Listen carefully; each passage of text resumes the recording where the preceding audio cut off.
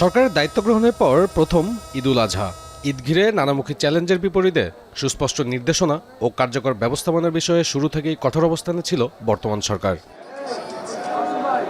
ঈদের ছুটিতেও বর্জ্য অপসারণ থেকে শুরু করে জনমুখী নানা বিষয়ে স্বয়ং প্রধানমন্ত্রীর তৎপরতা লক্ষ্য করা গেছে। এরই ধারাবাহিকতায় সোমবার সরকারের বিভিন্ন জনসম্পৃক্ত গণমুখী উদ্যোগ নিয়ে তেজগাঁওয়ে প্রধানমন্ত্রীর কার্যালয়ে সংবাদ সম্মেলনের আয়োজন করা হয়।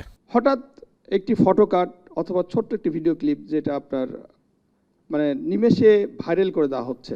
সংবাদ সম্মেলনে প্রধানমন্ত্রী উপদেষ্টা ডক্টর মাহাদি আমিন বলেন, এবারের ঈদে নির্বিঘ্ন ঈদযাত্রা নিশ্চিতকরণ, শ্রমিকদের বেতন ভাতা পরিশোধ, দেশীয় পশুর বাজার সুরক্ষা, দ্রুত বর্জ্য অপসারণ, গণপরিবহনের শৃঙ্খলা, চাঁদাবাজি ও সিন্ডিকেট দমন, নিরবচ্ছিন্ন বিদ্যুৎ সরবরাহ, জননিরাপত্তা নিশ্চিতকরণ, চামড়া খাতের সুষ্ঠু ব্যবস্থাপনা এবং নিত্য প্রয়োজনীয় পণ্যের বাজার স্থিতিশীল রাখা, এই 10টি বিষয়কে বিশেষ গুরুত্ব দিয়েছে বর্তমান সরকার। সরকারের প্রতিটি উদ্যোগ, প্রতিটি অর্জন এবং প্রতিটি চ্যালেঞ্জ সম্পর্কে জনগণকে অবহিত করা আমাদের নৈতিক দায়িত্ব। আমরা চাই জনগণই হোক সকল কাজের বিচারক, আর তাদের আস্থা ও সমর্থনই হোক আগামী দিনের গণতান্ত্রিক সরকারের পথ চলার মূল প্রেরণা। মাহাদি আমিন বলেন, একটি জবাবদিহিমূলক সরকার প্রতিষ্ঠার পাশাপাশি দেশের আইন শৃঙ্খলা পরিস্থিতি স্বাভাবিক করতে বদ্ধপরিকর সরকার। তিনি জনসেবার এমন একটা মানদণ্ড স্থাপন করতে চান যেখানে দায়বদ্ধতা তৈরি হবে। এই যে মাননীয় প্রধানমন্ত্রী নিজে নেমে আসছেন, জবাবদিহিতা তৈরি করছেন, দায়বদ্ধতা তৈরি করছেন।